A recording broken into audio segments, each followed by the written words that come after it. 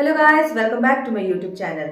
युक्ति युक्तिकरण से रिलेटेड मैंने ऑलरेडी एक वीडियो अपने चैनल पे अपलोड करके रखा है कि युक्ति युक्तिकरण प्रक्रिया से आगामी शिक्षक भर्ती पर क्या प्रभाव पड़ेगा।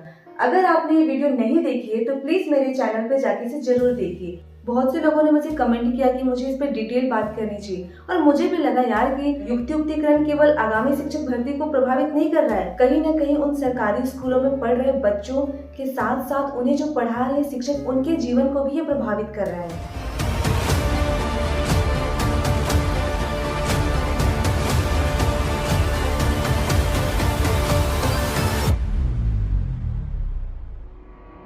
बेसिकली आज की वीडियो में मैं बात करने वाली हूँ कि सरकारी स्कूल में पढ़ रहे बच्चों और उनको पढ़ा रहे शिक्षकों का जीवन कैसे प्रभावित होगा। अगर मैं बात करूँ बच्चों की तो उनका जीवन कई तरह से प्रभावित हो सकता है। पहला तो ये हो सकता है कि शिक्षा के प्रति बच्चों की रुचि कम हो जाएगी, क्योंकि जनरली ये देखा जाता है कि ग्रामीण इलाकों में बच्चे जो है ना वो शिक्षा के प्रति उतना सीरियस नहीं होते हैं। मैं शहरी इलाकों की बात नहीं कर रही हूँ, क्योंकि शहरी इलाकों में इन्वायरमेंट ही ऐसा है कि बच्चे इजिली उस चीज को कर सकते हैं, पढ़ सकते हैं।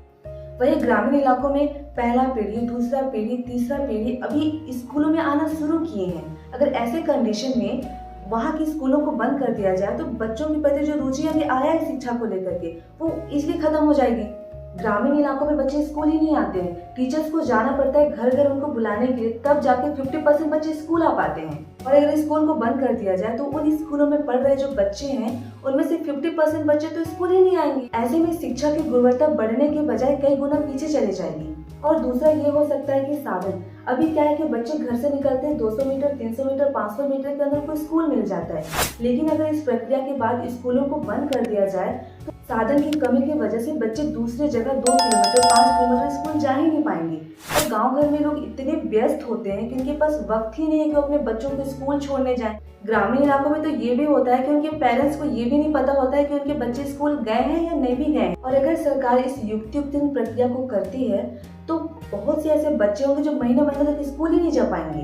तीसरा और सबसे इम्पोर्टेंट बात ये हो सकता है कि जो बच्चा अभी स्कूल आना शुरू किया है या फिर अभी जो शिक्षा में रुचि रख रहा है, ऐसे बच्चे इस प्रक्रिया के होने के बाद कहीं न कहीं शिक्षा के प्रति उनका जो लगाव था वो धीरे धीरे कम हो जाएगा।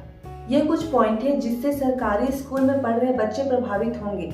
वही अगर मैं बात करूं उनको पढ़ाने वाले शिक्षकों की तो वो भी कहीं न कहीं इस प्रक्रिया से प्रभावित होंगे, जिसमें सबसे इम्पोर्टेंट शिक्षकों को दूसरे जगह पदस्थ कर दिया जाएगा।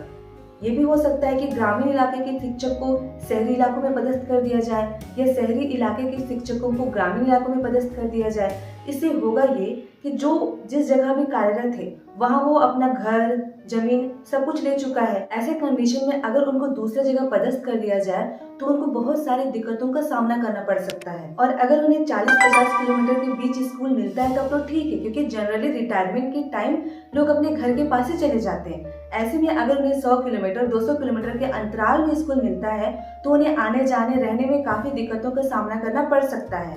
इन सब बातों से साफ जाहिर होता है कि अगर सरकार युक्ति युक्तिकरण प्रक्रिया करती है तो न केवल आगामी शिक्षक भर्ती से प्रभावित होगा बल्कि उन सरकारी स्कूलों में पढ़ रहे बच्चे और साथ ही उनको पढ़ा रहे शिक्षक भी इससे काफी हद तक प्रभावित होंगे।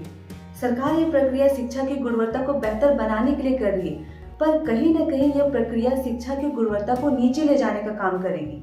अगर सरकार स्कूलों को बंद करने के बजाय हर सरकारी स्कूलों में पर्याप्त शिक्षकों की नियुक्ति कर दे तो अपने आप स्कूलों में बच्चों की दर संख्या बढ़ने लगेगी, साथ ही शिक्षा की गुणवत्ता भी बढ़ने लगेगी और किसी भी बच्चे को दूसरे प्राइवेट स्कूल जाने की जरूरत भी नहीं पड़ेगी। एक कुशल, प्रतिभावान, मेरिट में आए अभ्यर्थी इस शिक्षक पद के लिए चयनित हो रहे और अगर उन्हें ऐसे स्कूलों में पदस्थ कर दिया जाए जहाँ पे अभी शिक्षकों की कमी है तो अपने आप छत्तीसगढ़ में शिक्षा की गुणवत्ता बढ़ जाएगी।